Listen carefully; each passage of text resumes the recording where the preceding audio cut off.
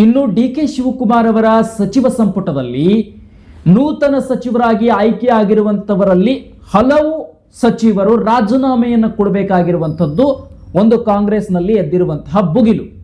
ಕಾಂಗ್ರೆಸ್ ಸರ್ಕಾರದಲ್ಲಿ ಈಗ ಸದ್ಯಕ್ಕೆ ಹಲವು ನೂತನ ಸಚಿವರು ಪ್ರಮಾಣ ವಚನ ಪಡೆದಿದ್ದಾರೆ. ಅದರಲ್ಲಿ ಹಲವರು ರಾಜೀನಾಮೆಯನ್ನು ಕೊಡಬೇಕಾಗಿರ್ತಕ್ಕಂಥದ್ದು ಈಗ ಕಾಂಗ್ರೆಸ್ ಸರ್ಕಾರದ ಒಂದು ವೇಳಾಪಟ್ಟಿ ಸಿಗ್ತಾ ಇದೆ. ಯಾಕೆ? ಸಿದ್ದರಾಮಯ್ಯನವರು ಆಪ್ತರಾಗಿರುವಂತಹ ಎಚ್ ಮಹದೇವಪ್ಪ ಪಟ್ಟು ಹಿಡಿದಿದ್ದಾರೆ ಸಚಿವ ಸ್ಥಾನಕ್ಕಾಗಿ. ಇನ್ನೊಂದು ಕಡೆ ಎಂ ಕೃಷ್ಣಪ್ಪ ಕೂಡ ಸಚಿವ ಸ್ಥಾನಕ್ಕಾಗಿ ಪಟ್ಟು ಹಿಡಿದಿದ್ದಾರೆ. ಈ ಕಡೆ ಲಕ್ಷ್ಮೀ ಹೆಬ್ಬಾಳ್ಕರ್ ಕೂಡ ಸಚಿವ ಸ್ಥಾನಕ್ಕಾಗಿ ಪಟ್ಟು ಹಿಡಿದಿದ್ದಾರೆ. ಈ ಮೂರು ಸಚಿವರನ್ನ ಸಚಿವ ಸ್ಥಾನಕ್ಕೆ ಏರಿಸಲೇಬೇಕು.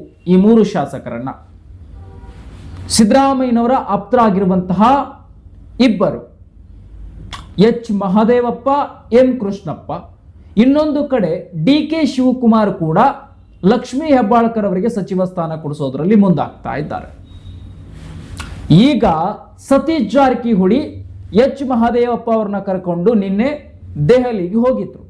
ಹೈಕಮಾಂಡ್ ಹೋಗಿ ಎಚ್ ಮಹದೇವಪ್ಪನವರಿಗೆ ಸಚಿವ ಸ್ಥಾನ ಸಿಗಲೇಬೇಕು ಅಂತ ಅವರ ಜೊತೆಗೆ ಹೋಗಿ ಒಂದು ಪೈಪೋಟಿ ನಡೆಸಿ ಹೈಕಮಾಂಡ್ ಜೊತೆಗೆ ಮಾತನಾಡಿ ಬಂದಿದ್ದಾರೆ. ನಿನ್ನೆ ಮಹದೇವಪ್ಪ ಮತ್ತು ಸತೀಶ್ ಜಾರಕಿಹೊಳಿ ಬೆಂಗಳೂರಿಗೆ ವಾಪಸ್ ಆಗಿದ್ದಾರೆ. ಇದೆಲ್ಲವೂ ಗೊತ್ತಿರ್ತಕ್ಕಂಥ ವಿಚಾರ. ಹಾಗಾದ್ರೆ ಸಚಿವ ಸ್ಥಾನವನ್ನು ಪಡ್ಕೊಂಡು ಪ್ರಮಾಣ ವಚನವನ್ನು ಸ್ವೀಕರಿಸಿದಂತ ಯಾವ ಸಚಿವರು ರಾಜೀನಾಮೆಯನ್ನು ಕೊಡಬೇಕಾಗ್ತದೆ ಅನ್ನುವಂಥದ್ದು ಕೂಡ ಕುತೂಹಲವಾಗಿ ನಿಂತಿರ್ತಕ್ಕಂಥ ಒಂದು ಸ್ಥಾನಮಾನದ ವಿಚಾರಗಳಿವೆ. ಸಾಕಷ್ಟು ಹೆಸರುಗಳು ಉಲ್ಲೇಖ ಆಗ್ತಾ ಇದೆ. ಯಾರು ಪಕ್ಷದಿಂದ ಪಕ್ಷಕ್ಕೆ ಬಂದು ಹೊಸಬರಾಗಿರ್ತಕ್ಕಂಥವರು ಏನು ಸಚಿವರಾಗಿದ್ದಾರೆ ಅವರನ್ನ ಸಚಿವ ಸ್ಥಾನದಿಂದ ರಾಜೀನಾಮೆ ಕೊಡಿಸೋದು, ಅಥವಾ ಹೊಸಬರು ಯಾರಿದ್ದಾರೆ ಪಕ್ಷದಲ್ಲಿ ಅವರಿಂದ ಒಂದು 3 ಜನರಿಂದ ರಾಜೀನಾಮೆ ಕೊಡಿಸೋದು ಅನ್ನುವಂಥ ಒಂದು ಸುದ್ದಿ ಹೇಳ್ತಾ ಇದೆ. ಈಗ ಯಾರು ಸಚಿವ ಸ್ಥಾನಕ್ಕೆ ರಾಜೀನಾಮೆ ಕೊಡ್ತಾರೆ ಅನ್ನುವಕ್ಕಿಂತ ಮುಖ್ಯವಾಗಿ ಈ ಕಡೆ ಬರೋಣ. ಲಕ್ಷ್ಮೀ ಹೆಬ್ಬಾಳ್ಕರ್ ಪರವಾಗಿ ಡಿ.ಕೆ. ಶಿವಕುಮಾರ್ ವಾದ ಪ್ರತಿವಾದವನ್ನ ಮಾಡ್ತಾ ಇದ್ದಾರೆ. ಅಂದ್ರೆ ಲಕ್ಷ್ಮೀ ಹೆಬ್ಬಾಳ್ಕರ್ಗೂ ಕೂಡ ಸಚಿವ ಸ್ಥಾನ ಕೊಡಿ ಅಂತ ಕಾಂಗ್ರೆಸ್ನ ಹೈಕಮಾಂಡ್ ಮುಂದೆ ಅಂಗಲಾಸ್ತಾ ಇದ್ದಾರೆ ಡಿ.ಕೆ. ಶಿವಕುಮಾರ್. ಲಕ್ಷ್ಮೀ ಹೆಬ್ಬಾಳ್ಕರ್ ಪರವಾಗಿ ನಿಂತ್ಕೊಂಡಿರುವಂಥದ್ದು. ಇನ್ನು ಎಚ್ ಮಹದೇವಪ್ಪನವರ ಪರ ಸಿದ್ದರಾಮಯ್ಯನವರ ಶಿಷ್ಯ ಸತೀಶ್ ಜಾರಕಿಹೊಳಿ ಬ್ಯಾಟಿಂಗ್ ಬೀಸ್ತಾ ಇರುವಂಥದ್ದು. ಈ ಕಡೆ ಸಿದ್ದರಾಮಯ್ಯನವರು ಕೂಡ ಎಚ್ ಮಹದೇವಪ್ಪನವರ ಪರವಾಗಿನೇ ಬ್ಯಾಟಿಂಗ್ ಬೀಸ್ತಾ ಇರುವಂಥದ್ದು. ಇನ್ನು ಎಂ ಕೃಷ್ಣ ಅಂತೂ ಯಾರವರ ಬೆನ್ನಿಗೆ ಇಲ್ಲದೇ ಇದ್ರೂ ಕೂಡ ಸಚಿವ ಸ್ಥಾನವನ್ನು ಪಡ್ಕೊಳ್ಳುವಂತಹ ಶಕ್ತಿ ಎಂ ಕೃಷ್ಣಪ್ಪ ಅವರಿಗಿದೆ. ಯಾಕಂದ್ರೆ ಭಾರಿ ದೊಡ್ಡ ಸಂಖ್ಯೆಯ ಅಭಿಮಾನಿ ಬಳಗ ಇದೆ ಮತ್ತು ಅವರು ಕಾಂಗ್ರೆಸ್ ಪಕ್ಷದಲ್ಲಿ ಒಂದು ಶಾಸಕರಾಗಿ ಆಯ್ಕೆ ಆಗಿರುವಂಥದ್ದು ಕಾಂಗ್ರೆಸ್ ಪಕ್ಷದ ಹಣದಿಂದಲ್ಲ. ಇಬ್ರು ತಂದೆ ಮಕ್ಕಳು ಕೂಡ ಎಂ ಕೃಷ್ಣಪ್ಪ ಏನ್ ಕುಟುಂಬ ಇದೆ ಇವ್ರದ್ದು, ತಂದೆ ಮಗಂದು. ಸೊ ತಂದೆ ಮಗ ಇಬ್ರು ಕೂಡ ಸ್ವಂತ ಹಣಕಾಸಿನ ವ್ಯವಸ್ಥೆಯ ಮೇಲೆ ರಾಜಕಾರಣ ಮಾಡ್ಕೊಂಡು ಬಂದಂಥವ್ರು, ಗೆದ್ದು ಬಂದಂಥವ್ರು. ಮತ್ತು ಒಂದೇ ಒಂದು ಕಪ್ಪು ಚುಕ್ಕೆಯು ಕೂಡ ಎಂ ಕೃಷ್ಣಪ್ಪ ಅವರ ಕುಟುಂಬದಲ್ಲಿಲ್ಲ. ಸೊ ಹಾಗಾಗಿ ಎಂ ಕೃಷ್ಣಪ್ಪ ಅವರಿಗಂತೂ ನಿಧಾನವಾಗಿ ಸಚಿವ ಸ್ಥಾನ ಸಿಗುತ್ತೆ. ಈಗ 3 ಸಚಿವ ಸ್ಥಾನಗಳನ್ನ ಕೊಡಬೇಕಾಗಿರ್ತಕ್ಕಂಥದ್ದು ಸಚಿವ ಸಂಪುಟ ಏನು ವಿಸ್ತರಣೆಯಾಗಿದೆ, ಪ್ರಮಾಣ ವಚನ ಆಗಿದೆ. ಇದರಲ್ಲಿ ಹಲವು ಸಚಿವರ ರಾಜೀನಾಮೆಯನ್ನ ಬಹುತೇಕ ಕಾಂಗ್ರೆಸ್ ಹೈಕಮಾಂಡ್ ಪಡೆಯುತ್ತೆ. ಈ ವಿಚಾರದಲ್ಲಿ ಯಾರ್ಯಾರು ಬಹುತೇಕ ರಾಜೀನಾಮೆಯನ್ನ ಕೊಡಬಹುದು ಅನ್ನುವಂಥ ಒಂದು ಗೊಂದಲ ಕೂಡ ಇದೆ. ಇಲ್ಲಿ ಹಲವು ಶಾಸಕರ ರಾಜೀನಾಮೆ ಪಟ್ಟಿಗಳು ಕೇಳಿ ಬರ್ತಾ ಇರುವಂಥದ್ದು. ಅಂದ್ರೆ ಏನು ಈಗ ನೂತನ ಸಚಿವರಾಗಿ ಆಯ್ಕೆ ಆಗಿದ್ದಾರೆ. ಇವರು ಈಗ ನೂತನ ಸಚಿವರಾಗಿ ಆಯ್ಕೆ ಆಗಿರುವಂಥವರು ಇದರ ಒಳಗೆ ಸರಿಸುಮಾರು 3 ಶಾಸಕರ ಹೆಸರುಗಳು ಕೇಳಿ ಬರ್ತಾ ಇರುವಂಥದ್ದು. ಅಂದ್ರೆ ಈ ಶಾಸಕರು ರಾಜೀನಾಮೆ ಕೊಡುವಂತಹ ಸಾಧ್ಯತೆ ಸಾಕಷ್ಟಿದೆ. ನಾನು ಹೇಳ್ತೀನಿ ಆ ಶಾಸಕರ ರಾಜೀನಾಮೆ ಯಾರ್ಯಾರು ಇರಬಹುದು ಅಂತೇಳಿ. ಮೊದಲನೇದಾಗಿ ನೋಡಿ, ಬಸವರಾಜ ರಾಯರೆಡ್ಡಿ ಇವ್ರ ಕಡೆಯಿಂದ ಬಹುತೇಕ ರಾಜೀನಾಮೆಯನ್ನು ಪಡಿಬಹುದು ಕಾಂಗ್ರೆಸ್ ಹೈಕಮಾಂಡ್ ಅನ್ನುವಂಥದ್ದು ಗೊತ್ತಾಗ್ತಾ ಇದೆ.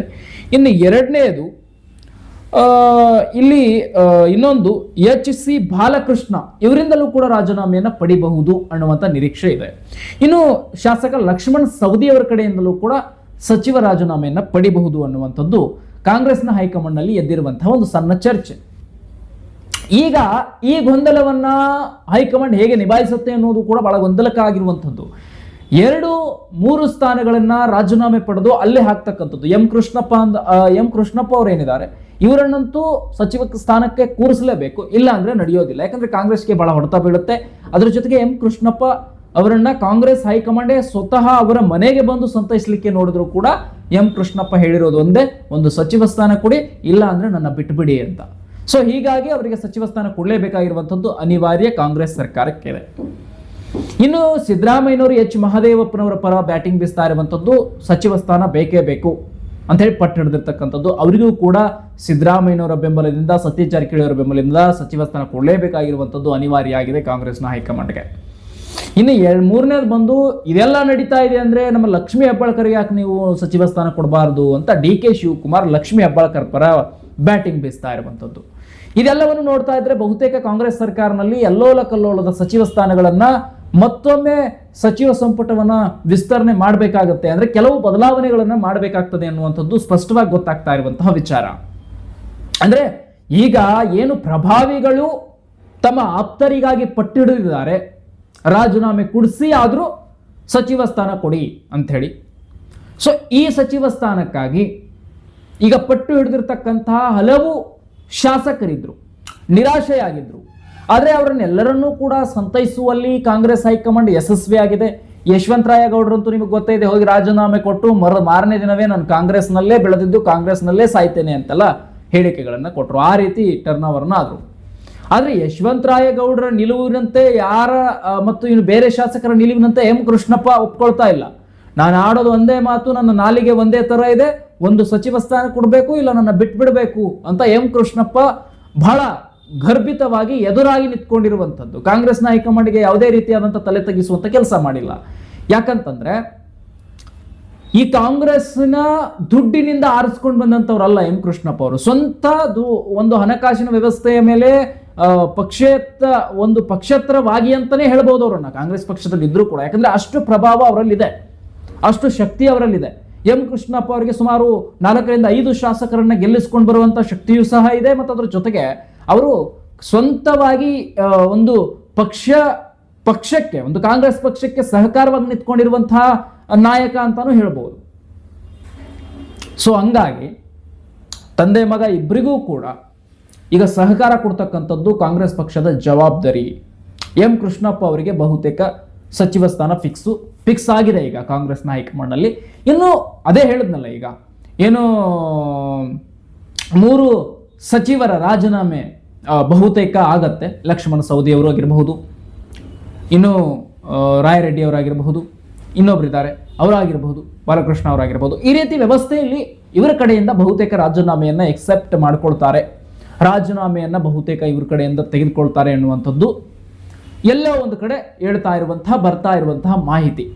ಆದರೆ ಈ ಒಂದು ವ್ಯವಸ್ಥೆಯಲ್ಲಿ ರಾಜೀನಾಮೆಯನ್ನು ಪಡೆದಂತಹ, ಅಂದ್ರೆ ರಾಜೀನಾಮೆಯನ್ನು ಕೊಟ್ಟಿರ್ತಾರಲ್ಲ ಆ ವ್ಯಕ್ತಿಗಳನ್ನ ಮೊದಲೇ ಅವರಿಗೆ ತಿಳಿ ಹೇಳಿ ನಂತರ ಅವರ ಕಡೆಯಿಂದ ರಾಜೀನಾಮೆ ಪಡೆಯುವಂತಹದ್ರಲ್ಲಿ DK ಶಿವಕುಮಾರ್ ಯಶಸ್ವಿ ಆಗಬೇಕು. ಅದು ಕೂಡ ಬಹಳ ಇಂಪಾರ್ಟೆಂಟ್ ಈಗ. ಯಾಕಂದ್ರೆ ಸಡನ್ ಆಗಿ ಮತ್ತೆ ಸಚಿವ ಸ್ಥಾನ ಕೊಟ್ಟು ಅವರನ್ನ ವಾಪಸ್ ಕರೆದು ರಾಜೀನಾಮೆ ಕೊಡಿ ಅಂತ ಕೇಳಿ ಇನ್ನೊಬ್ಬರಿಗೆ ಕೊಡೋದಿದೆಯಲ್ಲ, ಅದು ಬಹಳ ದೊಡ್ಡ ಅವಮಾನ ಅನ್ನುವ ರೀತಿಯಲ್ಲಿ ಬಿಂಬಿತವಾಗುತ್ತೆ. ಅಂದ್ರೆ ಕೊಟ್ಟು ಹಿಂಪಡೆಯೋದಿದೆಯಲ್ಲ, ಅದು ಕೊಡದೇನೆ ಸುಮ್ಮನೆ ಇದ್ರೆ ಇದು ಬೇರೆ, ಏನೋ ಸಿಕ್ಕಿಲ್ಲ ಮುಂದಿನ ಸಾರಿ ಸಿಗ್ಬೋದು. ಈಗ ಸಚಿವ ಸ್ಥಾನವನ್ನು ಕೊಟ್ಟು ಪ್ರಮಾಣ ವಚನ ಮಾಡಿಸಿ ಮತ್ತೆ ಅವರಿಂದ ಹಿಂಪಡೆಯೋದಿದೆಯಲ್ಲ, ಅದು ಭಾರಿ ದೊಡ್ಡ ಅವಮಾನ ಅನ್ನುವ ರೀತಿಯಲ್ಲಿ ಪರಿಗಣನೆ ಆಗುತ್ತೆ.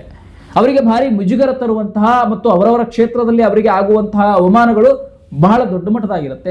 ಅವರನ್ನ ಸಂತೈಸಿ ತಿಳಿ ಹೇಳಿ ಅವರ ಕಡೆಯಿಂದ ರಾಜೀನಾಮೆಯನ್ನು ಪಡ್ಕೊಂಡು ಉಳಿದಂತಹ ಈ 3 ಪ್ರಭಾವಿಗಳಿಗೆ ಒಂದು ಸಚಿವ ಸ್ಥಾನವನ್ನು ಕೊಡ್ತಕ್ಕಂಥದ್ದು ಬಹಳ ದೊಡ್ಡ ಮಟ್ಟದ ಒಂದು ವಿಚಾರಣೆ ಆಗಿದೆ ಇದು ಕಾಂಗ್ರೆಸ್ನಲ್ಲಿ.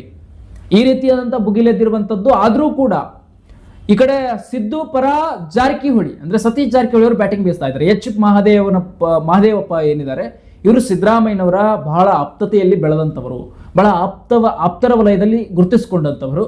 ಇವರ ಬೆನ್ನಿಗೆ ಈಗ ಎಚ್ ಮಹದೇವಪ್ಪನವರ ಬೆನ್ನಿಗೆ ನಿಂತ್ಕೊಂಡು ಎಚ್ ಮಹದೇವಪ್ಪನವ್ರನ್ನ ಕರ್ಕೊಂಡು ಹೈಕಮಾಂಡ್ ಜೊತೆಗೆ ಭೇಟಿ ಮಾಡಿಸಿ ಹೈಕಮಾಂಡ್ ನಲ್ಲಿ ಎಚ್ ಮಹದೇವಪ್ಪನವರ ಪರವಾಗಿಯೇ ಸತೀಶ್ ಜಾರಕಿಹೊಳಿ ಬ್ಯಾಟ್ ಬೀಸಿ ನಿಂತ್ಕೊಂಡಿರುವಂಥದ್ದು.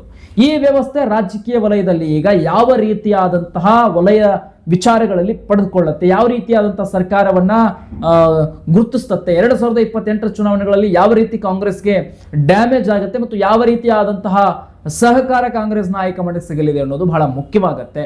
ಸಿದ್ದರಾಮಯ್ಯನವ್ರನ್ನ ಕಳ್ಕೊಂಡ್ರೆ, ಕಾಂಗ್ರೆಸ್ ಹೈಕಮಾಂಡ್ ಸಿದ್ದರಾಮಯ್ಯನವ್ರನ್ನ ಕಳ್ಕೊಂಡ್ರೆ ಭಾರಿ ದೊಡ್ಡ ಡ್ಯಾಮೇಜ್ ಅನ್ನ ತಗೋಬೇಕಾಗ್ತದೆ ಮತ್ತು ಒಪ್ಪಿಕೊಳ್ಬೇಕಾಗ್ತದೆ ಕಾಂಗ್ರೆಸ್ ಹೈಕಮಾಂಡ್ ಕೂಡ, ಕಾಂಗ್ರೆಸ್ ಸರ್ಕಾರ ಕೂಡ. ಯಾಕಂದ್ರೆ ಸಿದ್ದರಾಮಯ್ಯನವ್ರು ಇಲ್ಲ ಅಂದ್ರೆ ಒಂದು ಬಹುದೊಡ್ಡ ಡ್ಯಾಮೇಜ್ ಅನ್ನ ಕಾಂಗ್ರೆಸ್ ಹೈಕಮಾಂಡ್ ಅನುಭವಿಸಬೇಕಾಗ್ತದೆ, ಅಷ್ಟು ದೊಡ್ಡ ಡ್ಯಾಮೇಜ್ ಆಗುತ್ತೆ. ಹಾಗಾಗಿ ಎಚ್ ಮಹದೇವಪ್ಪನವರಿಗೆ ಈಗ ಸಿದ್ದರಾಮಯ್ಯನವರ ಆಪ್ತರಾಗಿರುವಂತಹ ಎಚ್ ಮಹದೇವಪ್ಪನವರಿಗೂ ಕೂಡ ಒಂದು ಸಚಿವ ಸ್ಥಾನ ಕೊಡಲೇಬೇಕಾಗಿರುವಂತಹ ಅನಿವಾರ್ಯ ಇದೆ. ಏನು ಎಂ ಕೃಷ್ಣಪ್ಪ ಏನಿದ್ದಾರೆ, ಇವರಿಗಂತೂ ಸಚಿವ ಸ್ಥಾನ ಕೊಡಲೇಬೇಕಾಗಿರುವಂತಹ ಅನಿವಾರ್ಯ ಇದೆ. ಯಾಕಂದ್ರೆ ಭಾರಿ ದೊಡ್ಡ ನಾಯಕ, ಅಷ್ಟರ ಜೊತೆಗೆ ಯಾವುದೇ ಒಂದು ಕಪ್ಪು ಚುಕ್ಕೆ ಇಲ್ಲದೆ ಕಾಂಗ್ರೆಸ್ ಪಕ್ಷವನ್ನ ಬೆಳೆಸೋದ್ರಲ್ಲಿ, ಕಾಂಗ್ರೆಸ್ ಪಕ್ಷವನ್ನ ಎತ್ತಿ ಹಿಡಿಯೋದ್ರಲ್ಲಿ ಮತ್ತು ಯಾವುದೇ ಒಂದು ಕಪ್ಪು ಚುಕ್ಕೆಯೂ ಸಹ ಇಲ್ಲದೆ ಇರುವಂತಹ ರಾಜಕಾರಣಿ ಅಂತ ಅನಿಸಿಕೊಂಡಿರುವಂತಹ ಎಂ ಕೃಷ್ಣಪ್ಪ ಅವರನ್ನ ಯಾವ ವರ್ಗದಲ್ಲಿ ಅವರನ್ನ ಕಡೆಗಣಿಸಲಾಗ್ತಾ ಇದೆ ಅನ್ನುವಂಥದ್ದು ಕಾಂಗ್ರೆಸ್ ಹೈಕಮಾಂಡ್ ಉತ್ತರ ಕೊಡಬೇಕಾಗ್ತದೆ. ಅದಕ್ಕೆ ಉತ್ತರವೇ ಇಲ್ಲ. ಹಾಗಾಗಿ ಉತ್ತರ ಕೊಡುವಂತ ಅರ್ಹತೆಯೂ ಕೂಡ ಕಾಂಗ್ರೆಸ್ ಹೈಕಮಾಂಡ್ ಕಳ್ಕೊಂಡಿರೋದ್ರಿಂದ ಈಗ ಎಂ ಕೃಷ್ಣಪ್ಪ ಅವರಿಗೆ ಸ್ವಂತ ಬಲದಿಂದ ಯಾವುದೇ ಪ್ರಭಾವಿ ರಾಜಕಾರಣಿ ತಗೊಂಡು ಹೋಗ್ತಾ ಇಲ್ಲ. ಈಗ ಎಚ್ ಮಹದೇವಪ್ಪನವರು ಸತೀಶ್ ಜಾರಕಿಹೊಳಿ ಸಿದ್ದರಾಮಯ್ಯನವ್ರನ್ನ ಹಿಡ್ಕೊಂಡು ಮೇಲೆ ಹೋಗ್ತಾ ಇದಾರಲ್ಲ, ಆ ರೀತಿ ಎಂ ಕೃಷ್ಣಪ್ಪ ಅವರು ಯಾವುದೇ ಒಂದು ವ್ಯಕ್ತಿಯನ್ನ ಹಿಡ್ಕೊಂಡು ಹೋಗ್ತಾ ಇಲ್ಲ. ಅವರು ಸ್ವಂತವಾಗಿ ಕಾಂಗ್ರೆಸ್ ಹೈಕಮಾಂಡೇ ಅವ್ರ ಮನೆಗೆ ಬರ್ತಾ ಇದೆ ಅಂತಂದ್ರೆ ಅಷ್ಟರಲ್ಲಿ ಆಲೋಚನೆಯನ್ನ ಮಾಡಬೇಕಾಗ್ತದೆ ಅವರ ಶಕ್ತಿ ಪ್ರದರ್ಶನಗಳು ಹೇಗಿದೆ ಅನ್ನುವಂಥದ್ದು. ಯಾಕಂದ್ರೆ ಯಾವುದೇ ಒಂದು ಕಪ್ಪು ಚುಕ್ಕೆ ಇಲ್ಲದೆ ಬಂದಂತವ್ರು. ಹಾಗಾಗಿ ಮೂರು ರಾಜಕಾರಣಿಗಳಲ್ಲಿ ಎಂ ಕೃಷ್ಣಪ್ಪ ಆಗಿರಬಹುದು, ಅದರ ಜೊತೆಗೆ ಎಚ್ ಮಹದೇವಪ್ಪ ಮತ್ತು ಲಕ್ಷ್ಮೀ ಹೆಬ್ಬಾಳ್ಕರ್ ಪರ ಡಿ ಕೆ ಶಿವಕುಮಾರ್ ಬ್ಯಾಟಿಂಗ್ ಬೀಸ್ತಾ ಇದ್ದಾರೆ. ಆದ್ರೆ ಏನಾಗತ್ತೆ ಅನ್ನುವಂಥದ್ದನ್ನ ಕಾದು ನೋಡಬೇಕಿದೆ. ಇನ್ನು 3 ಸಚಿವರ ರಾಜೀನಾಮೆ ಆಗಿ 3 ಸಚಿವರಿಗೆ ಅಲಂಕಾರವನ್ನ ಕೊಡ್ತಾರಾ, ಪ್ರಮಾಣ ವಚನಕ್ಕೆ ಅವಕಾಶ ನೀಡ್ತಾರಾ ಅನ್ನುವಂಥದ್ದು ಕೂಡ ಬಹಳ ಕುತೂಹಲ ಆಗಿರುವಂತಹ ವಿಚಾರ. ಸೊ ನೋಡೋಣ, ಮತ್ತಷ್ಟು ರಾಜಕೀಯ ಸುದ್ದಿಗಳನ್ನು ನಿಮ್ಮ ಮುಂದೆ ತರ್ತಾನೆ ಇರ್ತೀನಿ. ವೈಜಯಂತ್ ಸರ್ಕಾರ ನೋಡ್ತಾ ಇರಿ ಪ್ರತಿ ಕ್ಷಣದ ಸುದ್ದಿ ಮಾಹಿತಿಗಾಗಿ. ನಮಸ್ಕಾರ.